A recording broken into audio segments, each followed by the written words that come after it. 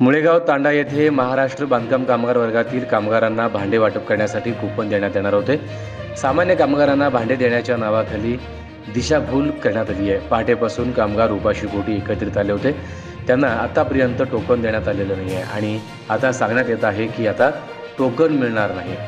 यासाठी कामगारांनी रास्ता रोको आंदोलन केलं, कारण त्यामध्ये काही महिलांना चक्कर आल्याने त्या जागेवरच बेशुद्ध झाल्या होत्या। यामुळे समस्त कामगार वर्ग आकर्षित झाल्यामुळे रास्ता रोको करण्यात आला। यामध्ये रस्त्यावरील कामगारांना हटवण्यासाठी पोलीस प्रशासनातील काही वरिष्ठ अधिकारी उपस्थित होते। हे प्रकरण निवळण्यासाठी 1 तासाचा कालावधी गेला। यामध्ये अन्यायावरती वाचा फोडण्यासाठी 4 ते 5 युवक तरुणांनी पुढाकार घेतला आणि महिलांना हाताशी धरत हा सगळा प्रकार उघडकीस आणण्याचा प्रयत्न केला।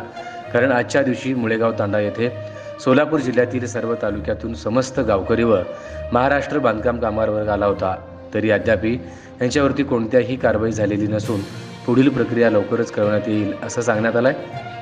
पुढील तपास पोलीस करत आहेत।